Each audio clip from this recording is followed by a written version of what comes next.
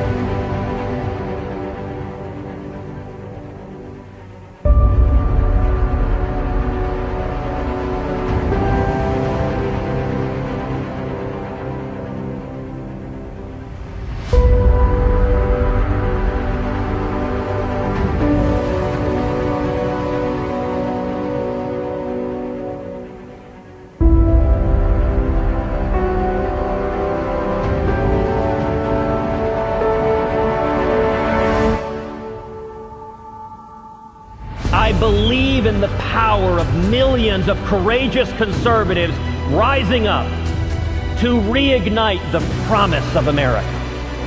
The answer will not come from Washington. It will only come as it has come at every other time of challenge in this country, when the American people stand together and say we will get back to the principles that have made this country great. We will get back and restore that shining city on a hill.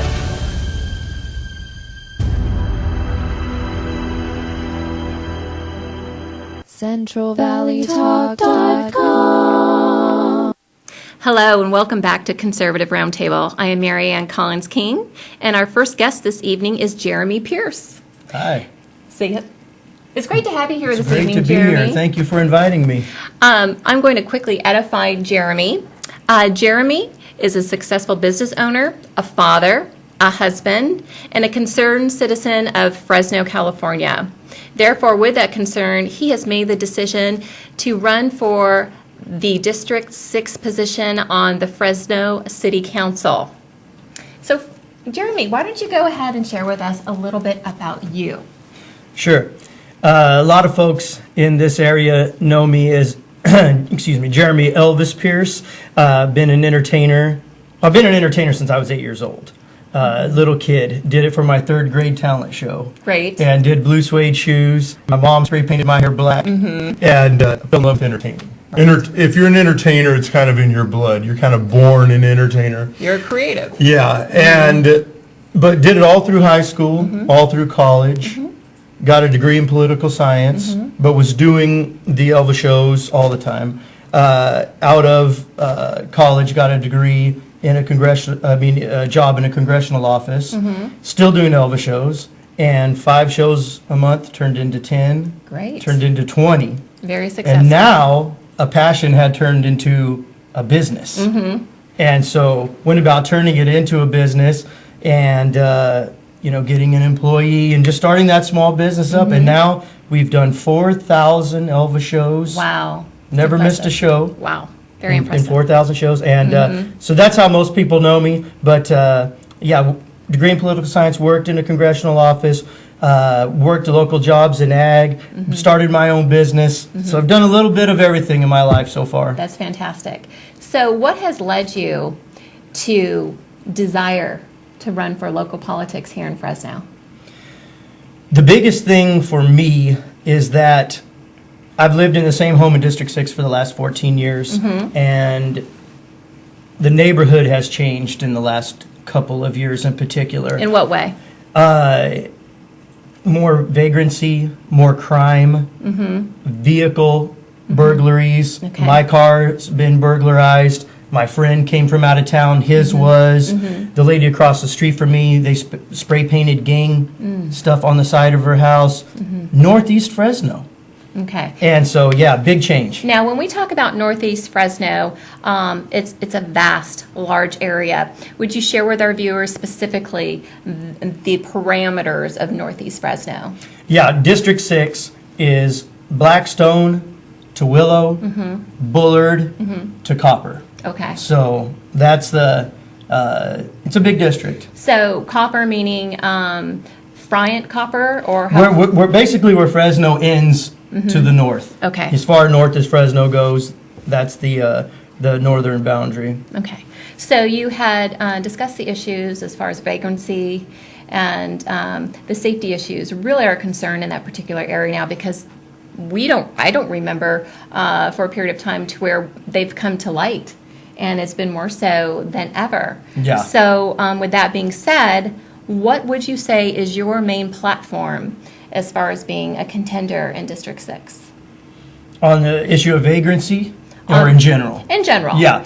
In general, public safety is the top priority of my campaign. We're looking to put 1,000 officers on the street. We have a little over 700 now. We'd like to see that as soon as possible grow to 1,000. I think that's what the city will need to combat the crime that we have now and the challenges we have now with Prop 47 and so forth. The fire department, we need to rebuild our fire department that was cut during the Great Recession. There's too many fires being fought by too few firefighters. Right. So we need that. Vagrancy, yeah, and the biggest challenge, and I really want people to understand where my heart is on this, the truly needy. I want to make sure that they find the resources that are there to help. My grandparents preached at the Fresno Rescue Mission for over 30 years. Right. They would take me with them. Right. And I would sit in the back and watch and so forth. And my heart goes out to those who are needy, are looking for a helping hand, and we want to be sure they find them. But, Marianne, there's another group posing oftentimes as the homeless. Right. And they are criminals. Right. Criminal vagrants, professional panhandlers. There was just that story of the guy that the cops busted for the 80th time in a year or what have you, with $1,800 on him. Yes. $1,800. Okay, so $1,800 in his pocket. And let's say, for example, we have a family, a middle-class family that is getting by month to month. They may not even have $1,800 in their bank account. Yeah. I mean, that's something to consider.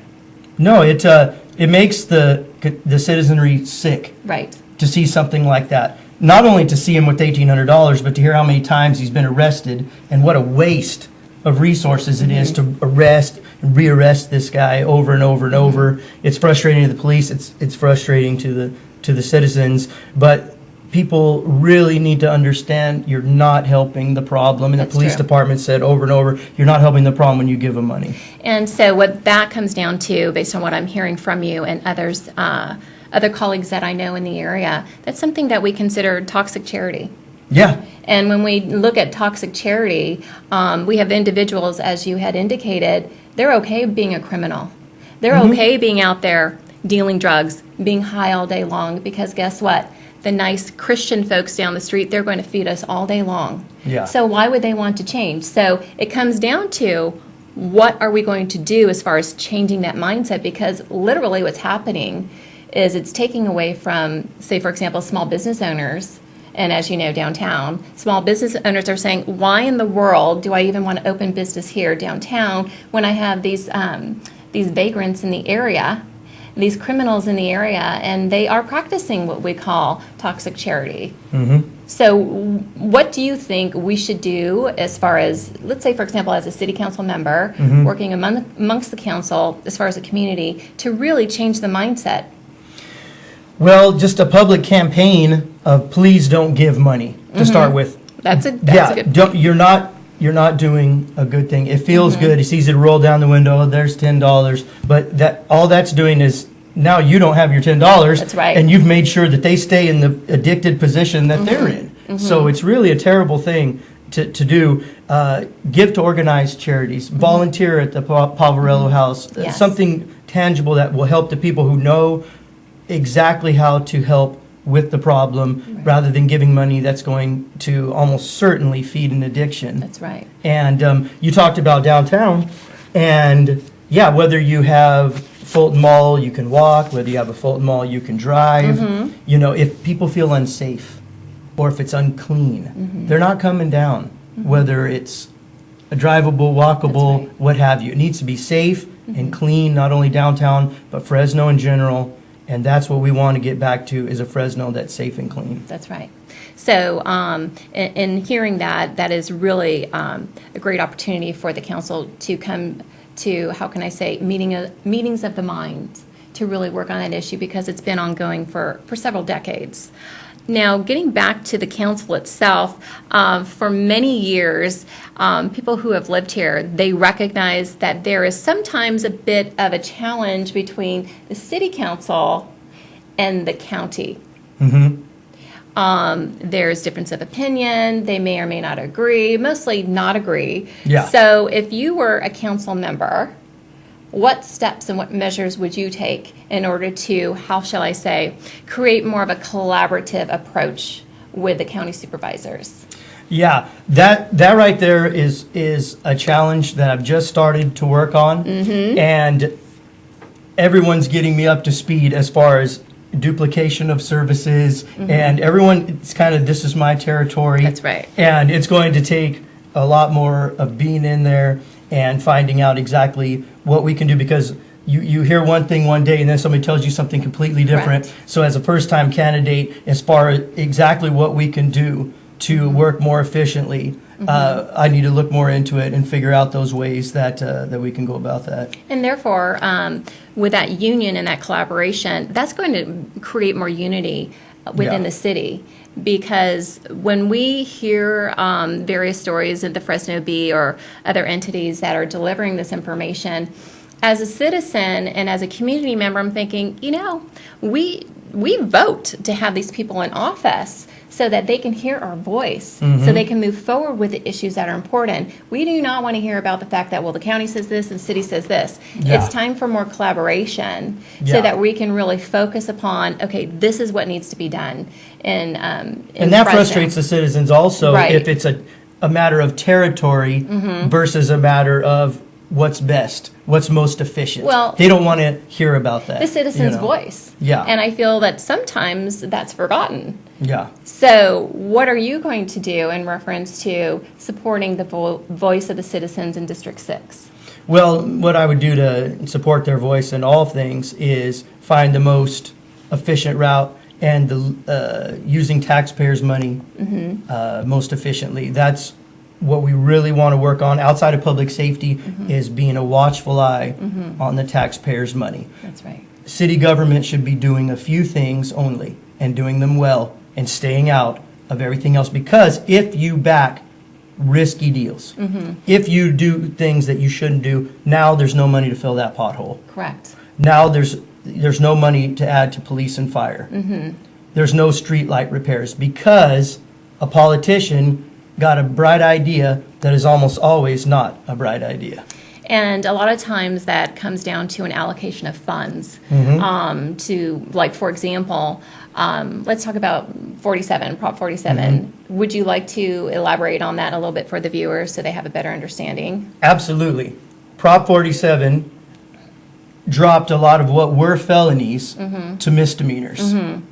And what that's done in large measure are a lot of drug crimes. That's taken the hammer away from the police to say you can either go to jail or you can go to a treatment program. Right. Since there's no threat of jail, they don't go to the treatment Of program. course. Why would they want to? Since they're not in treatment, they've got to feed their addiction, so they're breaking into your car at night. Right. And that's why vehicle burglaries are up 74% in Northeast Fresno.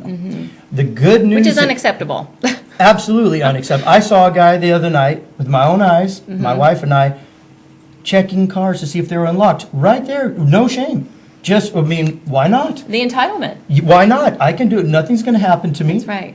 You know, and so, yeah, that It's right almost there. as if it's a jurisdiction situation in reference to some folks. Who knows? It could be an individual from that particular district or somewhere else that comes into that particular area and says, you know, I recognize that some folks that live here have this type of car, this type of house, and I feel entitled enough to go into their private property because I don't have this and I think it's okay. It's almost an attitudinal type of situation. Yeah. Well, there's a lot of entitled thinking in America today, and that's why we're in the state that we're in. I agree.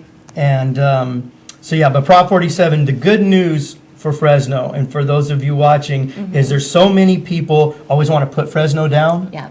but Fresno is smart.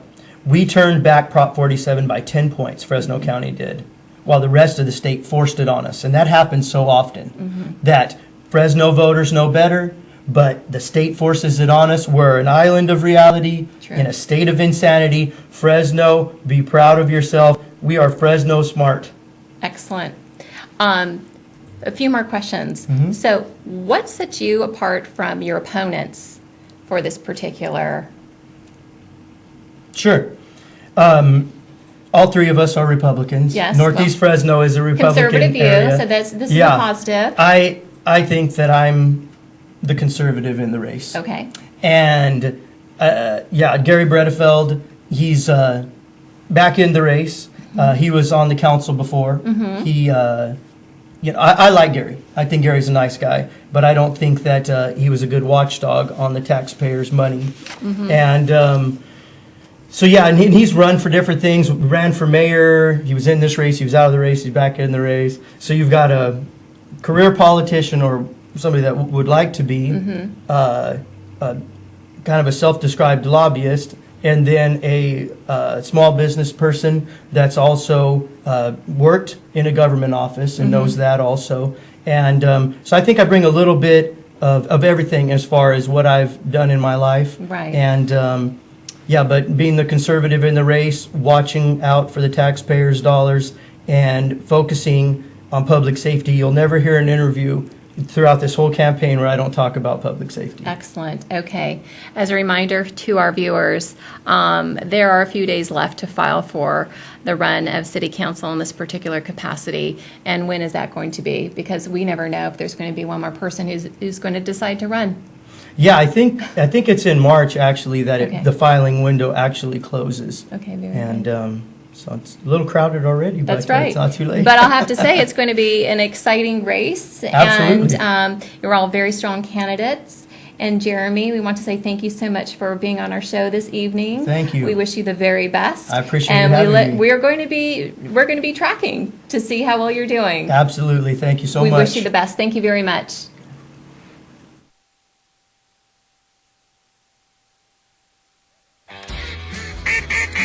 My qualifications for President of the United States are rather narrow.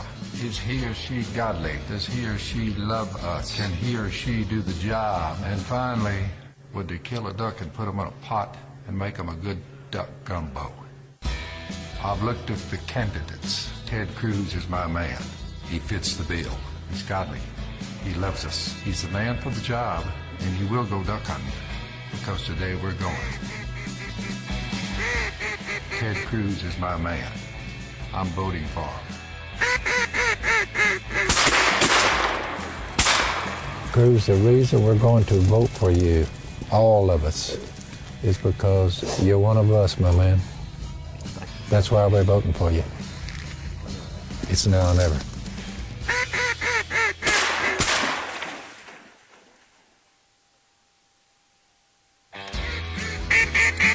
My qualifications for President of the United States are rather narrow. Is he or she godly? Does he or she love us? Can he or she do the job? And finally, would they kill a duck and put him in a pot and make him a good duck gumbo?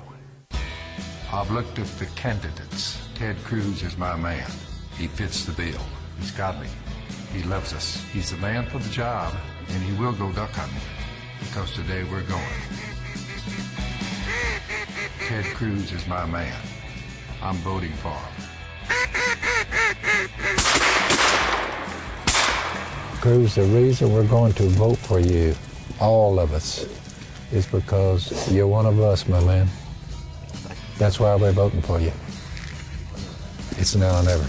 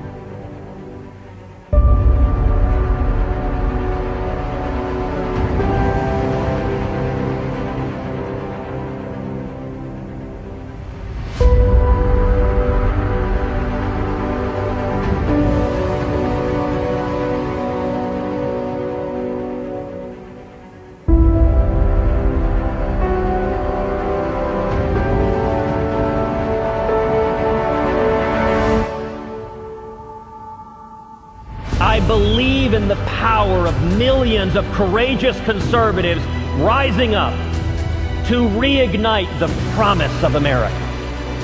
The answer will not come from Washington. It will only come as it has come at every other time of challenge in this country, when the American people stand together and say we will get back to the principles that have made this country great. We will get back and restore that shining city on a hill.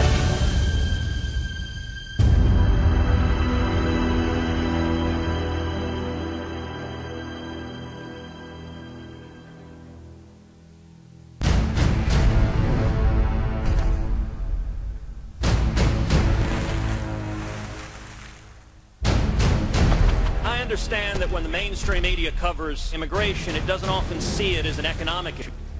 But I can tell you it is a very personal economic issue. And I will say politics of it would be very, very different if a bunch of lawyers or bankers were crossing the Rio Grande. Or if a bunch of people with journalism degrees were coming over and driving down the wages in the press. Then we would see stories about the economic calamity that is befalling our nation.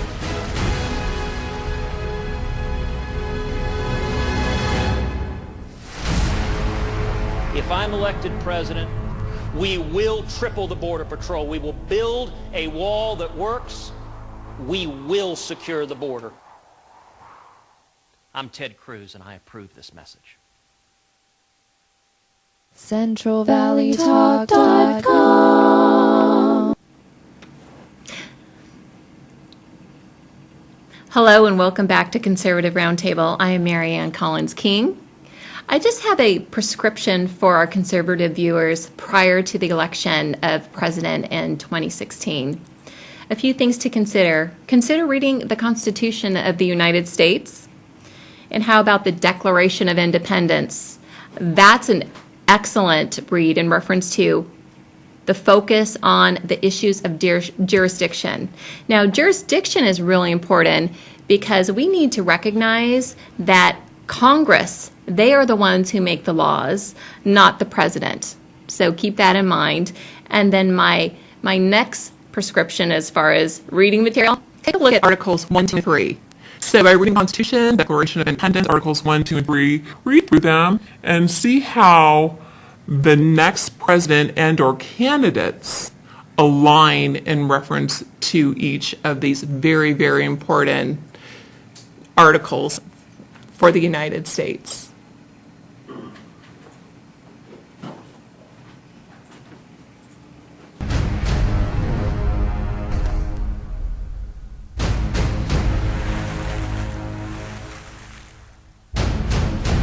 I understand that when the mainstream media covers immigration, it doesn't often see it as an economic issue. But I can tell you it is a very personal economic issue. I will say the politics of it would be very, very different if a bunch of lawyers or bankers were crossing the Rio Grande. Or if a bunch of people with journalism degrees were coming over and driving down the wages in the press. Then we would see stories about the economic calamity that is befalling our nation.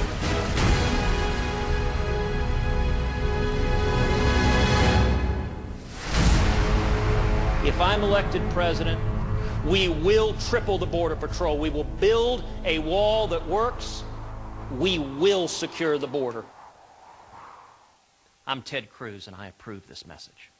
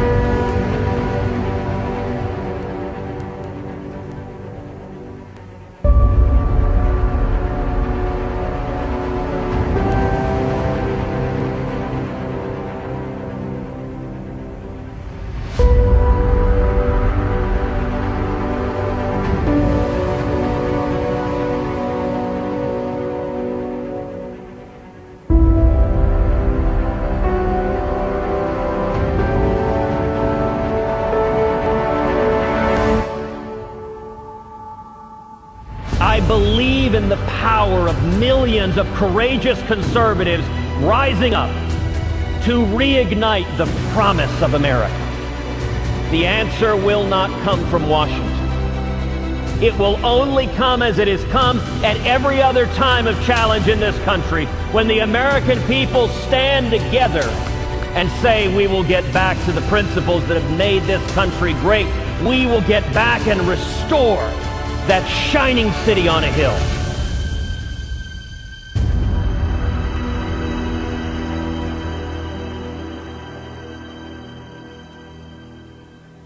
CentralValleyTalk.com.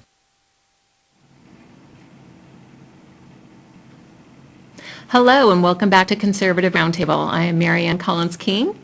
Our guest this evening via phone is Paul Chabot. He is a candidate for U.S. Congress in the 31st District.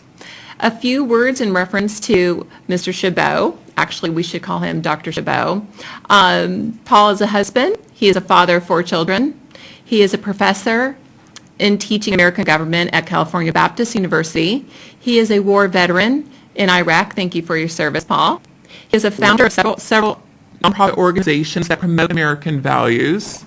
He holds educational degrees in business administration, public administration, and a doctorate in executive leadership. Dr. Chabot is running for Congress in the 31st District, as I had mentioned. So, Paul, welcome to our show tonight. Thank you for being here.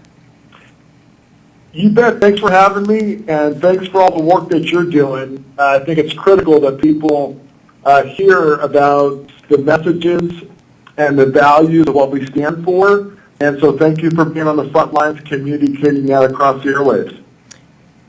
Well, it is definitely our pleasure, and this is a wonderful opportunity and a forum for individuals who may have understanding in reference to being a conservative. So we have, let's say, we have folks that don't have as much information, and then we have individuals who are very seasoned in reference to government. So it's across the board. So this is an opportunity for us to speak freely and have a conversation, a friendly conversation, as far as, for example, we'd like to know a little bit more about you, although when I read your bio, I mean, it's quite impressive, pages and pages. So your accolades are off the charts. So I'll have to say thank you for doing what you do.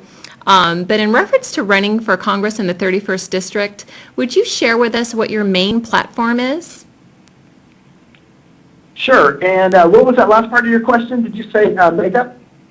I'm sorry, I can't hear you. What was the last part of your question? Basically, would you share your platform as far as running for District 31? Platform. Absolutely. So the 31st Congressional District encompasses the city of San Bernardino. And as you know, that's the second largest terrorist attack incident location in America, and obviously the most recent memory for many of us. Right. Our platform is simple. We have got to rebuild our military. We have got to destroy ISIS. We have to support our men and women in law enforcement. And we have to look at our global economy and the negative effects of being so closely connected with China and others that are really dragging down our economy as well. In this district, there's a lot of working families who are living paycheck to paycheck. Mm-hmm. The high taxes, government regulations are driving businesses out of our state, and many working families are finding it hard to provide the basic necessities for their children. Mm-hmm. Also, a part of our platform is talking about public safety. Crime is up in almost every city across this district. In one city, it's up over 140%. And so we very much worry about the safety of our citizens, and it is forefront on their minds as well. Mm-hmm. Very good. So the platform itself makes a lot of sense to individuals in your district. What is it that you and your team plan to strategize and implement, for example, once you're in Congress? Sure. And so, as you well know, running for any office is an exhausting process.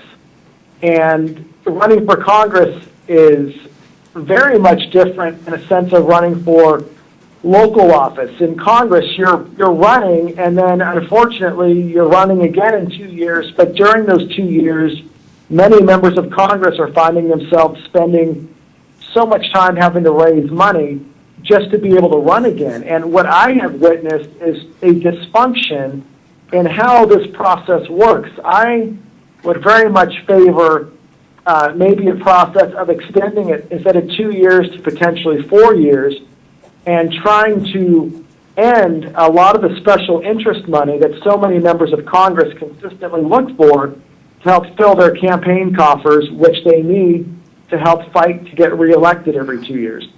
And that's an excellent point that you bring up. I know that there always an issue in reference to term limits. But secondly, you're exactly right in reference to, say, for example, we have our congresspeople in this area. I know they have genuinely very good intentions as far as representing the area. However, once you are in that position, you recognize that in 2 years, you need to raise some money and revenue, et cetera, and you need to have the supporters, and hopefully you'll have the same supporters that you've had before and moving forward. So the question is that with the intention as far as doing the job right, is that the same intention, say, for example, in the next 2 years as a term limits approach? That is a concern, myself as a citizen, to where I have observed that with some of the individuals in the area. What are your thoughts on that? Yeah, so, I like the idea of term limits, and let me play counter to that on the other side of what people have told me why term limits could, in essence, also be somewhat of a hindrance. Look, first off, I think we need term limits. I think that's how our country was founded.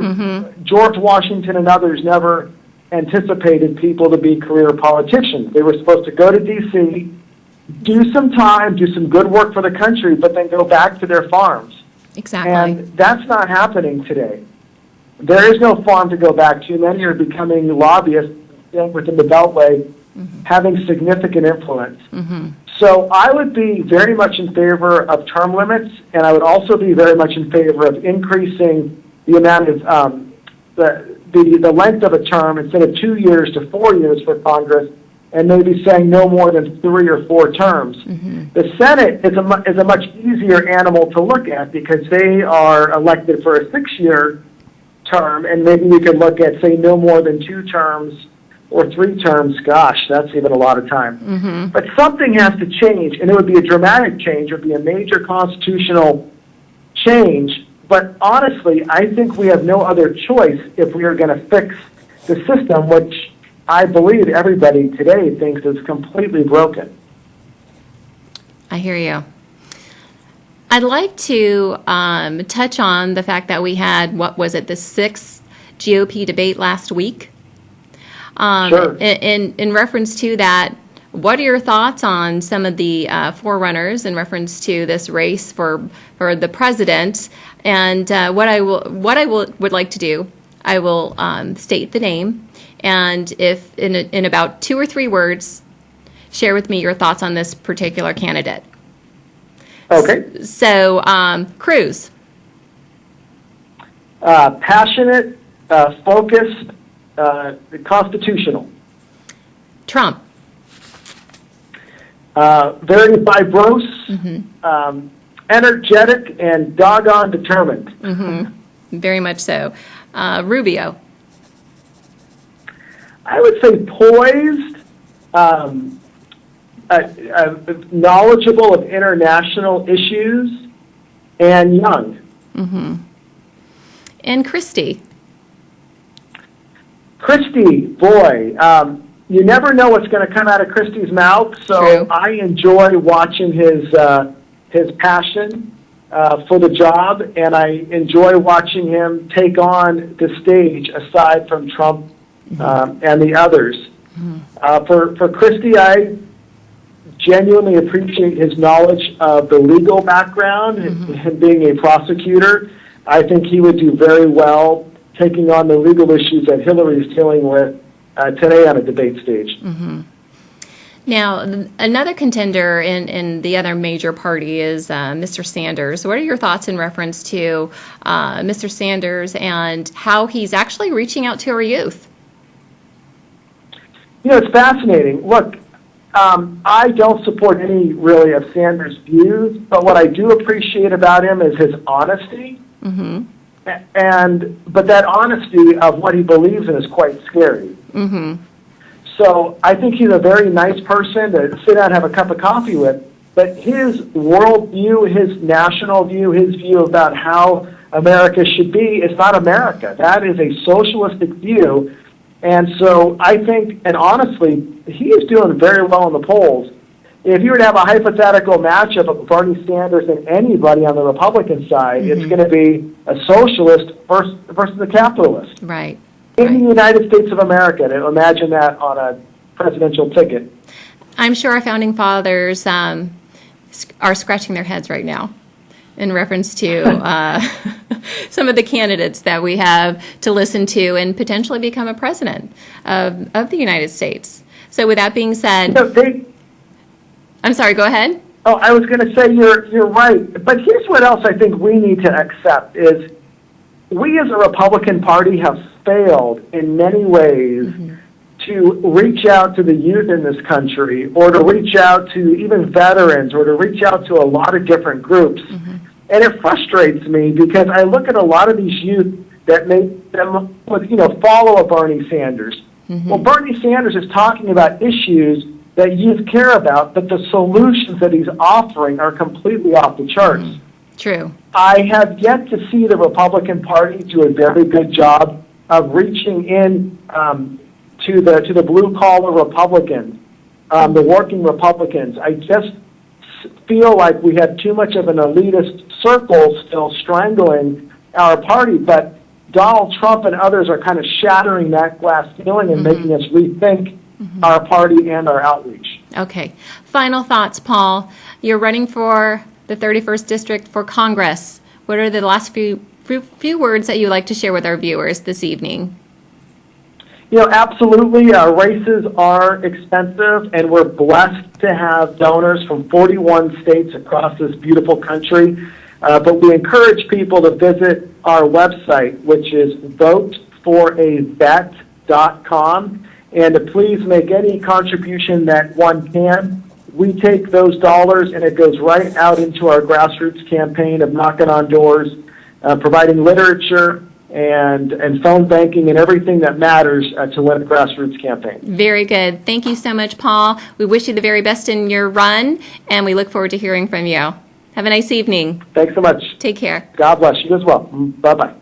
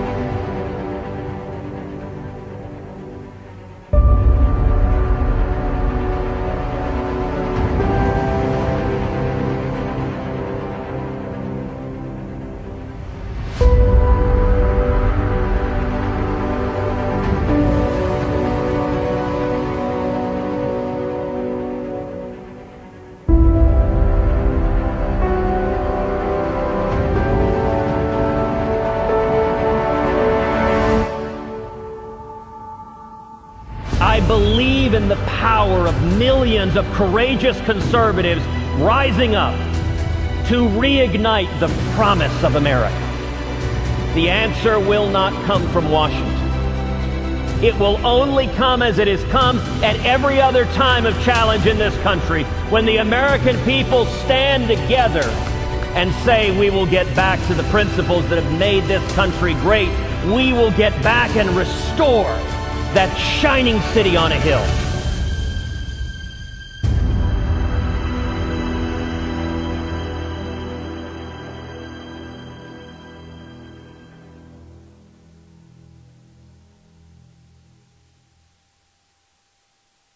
CentralValleyTalk.com. Welcome back to Conservative Roundtable. I am Marianne Collins-King, and this evening we have the pleasure of having Joe Pruzzo here. He is the Executive Director of the Castle Air Museum. Hello, Joe. How are you this evening? I'm fine, Marianne. It's a pleasure to be here. Great. Thank you. Now, I understand that the museum brings in approximately 50,000 visitors annually. Is that correct? Yes, it is.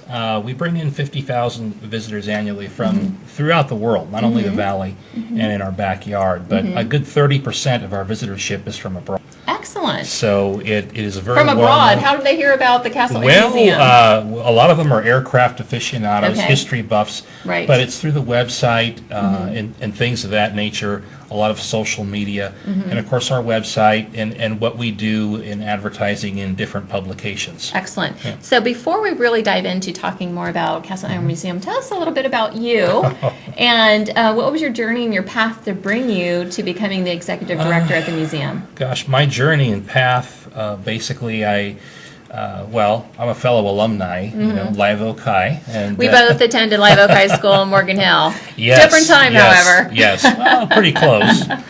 And beyond that, I began to come over to some air shows when Castle Air Force Base was still active. And, they pulled out all the stops. And saw there was a museum there and began to become interested because I did like the perpetuation of history and especially U.S. history. Perfect. And a lot of that is forgotten in schools. It's not taught anymore. It's really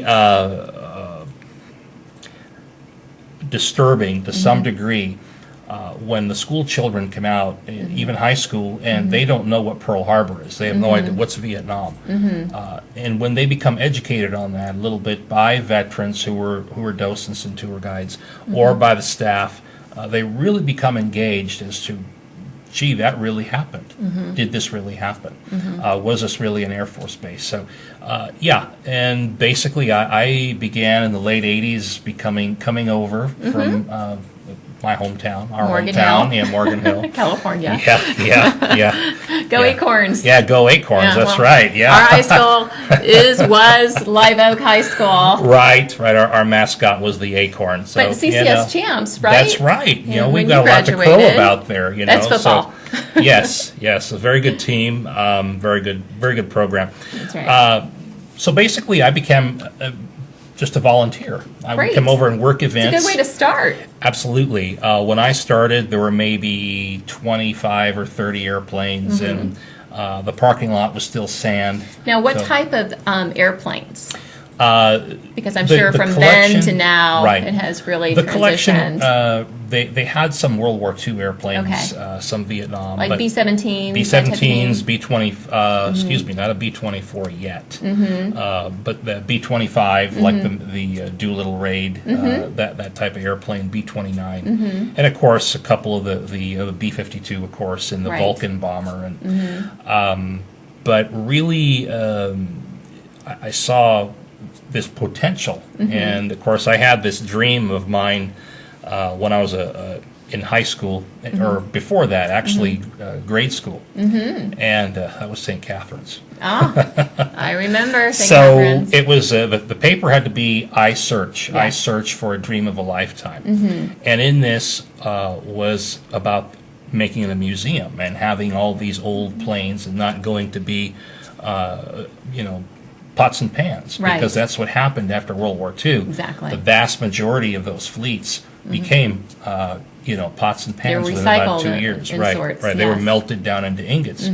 Well, it took someone to finally say, we better save some of these because there's no story to tell. Yeah, With no restoration story, there's of no history. Right, right. And in the case with, we've had aircraft come from basically all corners of the globe, located South America, the Solomon Islands, drug here, and in some cases, 40,000 volunteer hours to put it Wow. back together and make it look cosmetically representative of the period. The museum opened in 1981 with 5 airplanes and 3 buildings. Today, that's pushed to about 70 aircraft. Wow. It's become the largest of its type between the Southern California, Los Angeles basin and Seattle. And the nicety is it's all done by volunteers. Oh, wonderful. So 98%. So is it a of- nonprofit or for-profit No, entity? we are a nonprofit Oh, entity. excellent. We're a Okay. 501c3. So donations are welcome? Donations are always welcome. Yes. We're trying to do Tax write-off. That's right. And enjoying the planes Absolutely, in history. absolutely. We are trying to undertake a couple of large programs right now. One of which is to begin to erect hangars Oh, to okay. put them indoors. Because as you know, living here in the valley, the elements just really get to them. I mean, during the summer, The heat. Wow. the temperature. I can imagine. We've partnered with UC Merced on their capstone programs, and the heat in the summertime is 165 degrees in some of those aircraft. Wow, with the So metal. the metal, but what that does, more importantly, is it deteriorates the artifact. They're artifacts. Absolutely. So When the insulation goes, the instrumentation gets deteriorated, then you have a lot of more intense restoration to do. Of course. Restoration is a big part of what we do. We have people from Clovis, from Fresno, from as far away as Livermore that come, Modesto. And it's really a band of brothers, if you will. Yes. And they all share the same love. They do. For the artifacts of sorts. Absolutely. At the museum. Absolutely. That's wonderful to hear. We've been able to, we're very, very fortunate in the fact that we've been able to acquire what we have. And we have a former presidential aircraft at the museum as well that was flown on by... What year was that? That flew into us October 2013. Okay. And what year is the aircraft? It served the presidential fleet from 1975 to 2005. Oh my goodness! So you had several administrations that used the airplane. One notable is Mrs. Reagan. Like that Nancy. particular Nancy, yes, and she even gave us a personal letter that people can read going aboard the aircraft. We are also partnering with the Reagan Library because it was an aircraft that President Reagan flew on. Right. Also, Caspar Weinberger, and then there's several. Like I say, it went through several, administrations. That's fantastic. It is. It is. If you walk aboard, you'll walk aboard to see the stateroom, the table, the chair, the secure line phones, all the things that make it an executive aircraft for the commander-in-chief or the first lady. Excellent, excellent. So you had indicated that there are fundraisers that are at the location. Yes. What type of fundraisers are they? We do quite a variety of fundraisers. We target different demographics for different fundraisers. Now, we talked a little bit about the Open Cockpit Days. The Open Cockpit Days, we do one Memorial Day weekend, and then we do one on Labor Day weekend. But it's the Sunday of each weekend. So that way you've got a little bit of... You got a day to prep, and you've got a day after for the everybody, the volunteers included, to rest. Right. But we draw people from throughout the valley, from Sacramento to Bakersfield, and over on into the Bay Area. That's wonderful. Open Cockpit Day. Some of our peak visitorships has been over 5,000 people with one day. And it's only twice a year that you actually look in the planes. You can't get in them and you can't sit in them because there are some policies imposed by the Air Force Museum, the National Museum of Naval Aviation. Right. And because they are museum assets, you don't want 250 people getting in and out. Right. So you can look in, there's a docent there, and he or she will explain the whole inner workings of the airplane, what this does, what that does, what rockets or missiles it fired, or what bombs it dropped. Many of the airplanes that are in, of course, the museum are combat veterans. You can see the oldest airplane on the grounds was built in 1938. Oh my goodness. So you can definitely see a progression of technology. And aviation really, with World War II, really advanced aviation probably 25 to 30 years within a 4-year to 5-year time span. Very good. So now at the museum, how many, shall I say, volunteers are at the facility? We have probably about 200 volunteers on the roster. That's great. 200 plus. And how many are active? Well, you will see if you come to the museum on a regular weekday, the most prominent are the restoration volunteers. Usually Wednesdays there's probably 25 to 30, but the others are the others are docents for the presidential aircraft, which is open every weekend, weather permitting, from 10 to 3. The others are tour guides. We have people that work special events. We have a husband and wife that come from as far away as Los Angeles to work just the open cockpits. Excellent. So so we do that, and what I meant, getting back to the events, we even have concerts, benefit concerts. And they benefit whom? They benefit the museum. Okay. Yeah, so we did a couple times Hotel California, Salute to the Eagles. Again, that is timely.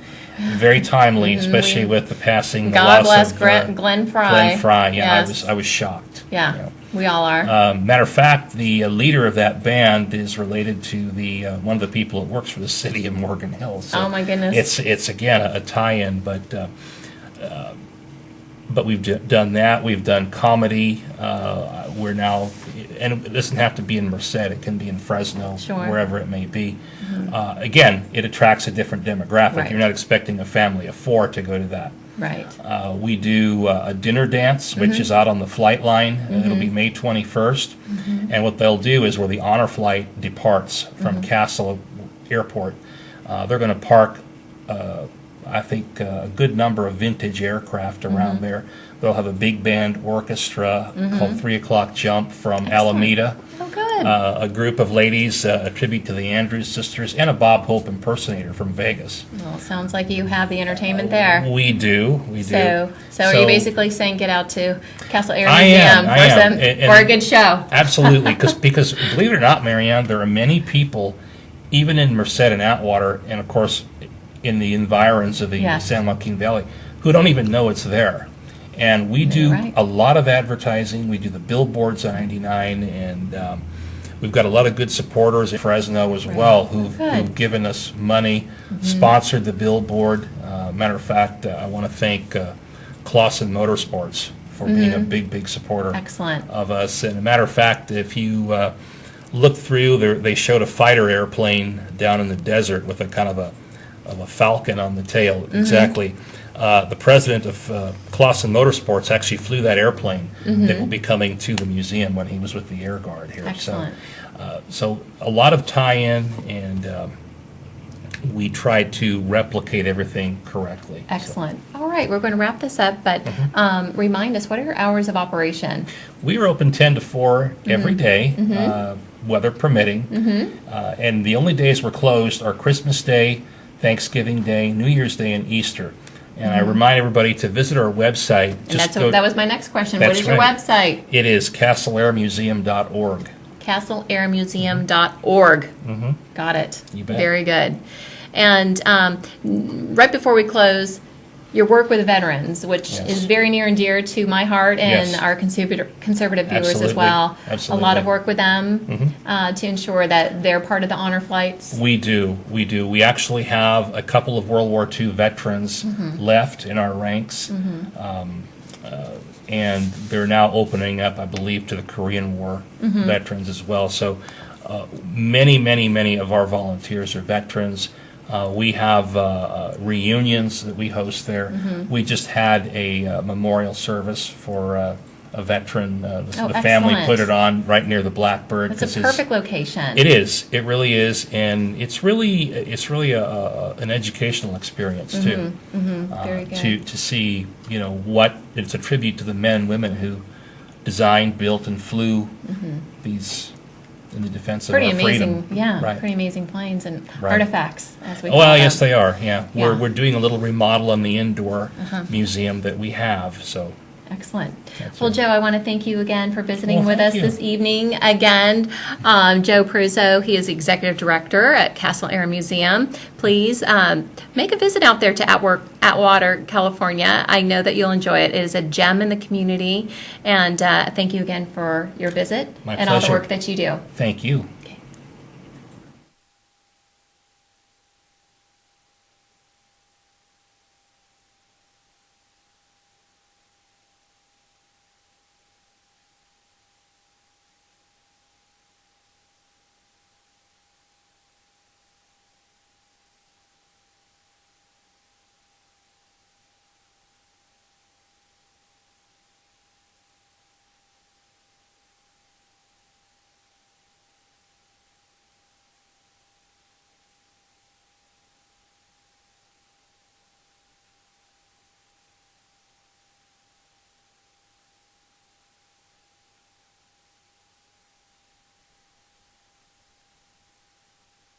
And I through the night with a light from above, from the mountains to the prairie, to the ocean, white with foam.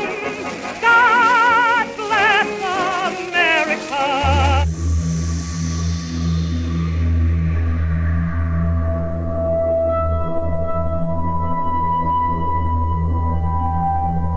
For information on author Steve Hammond's Rise of the Penguin saga, visit www.riseofthepenguins.net. Low testosterone affects most men.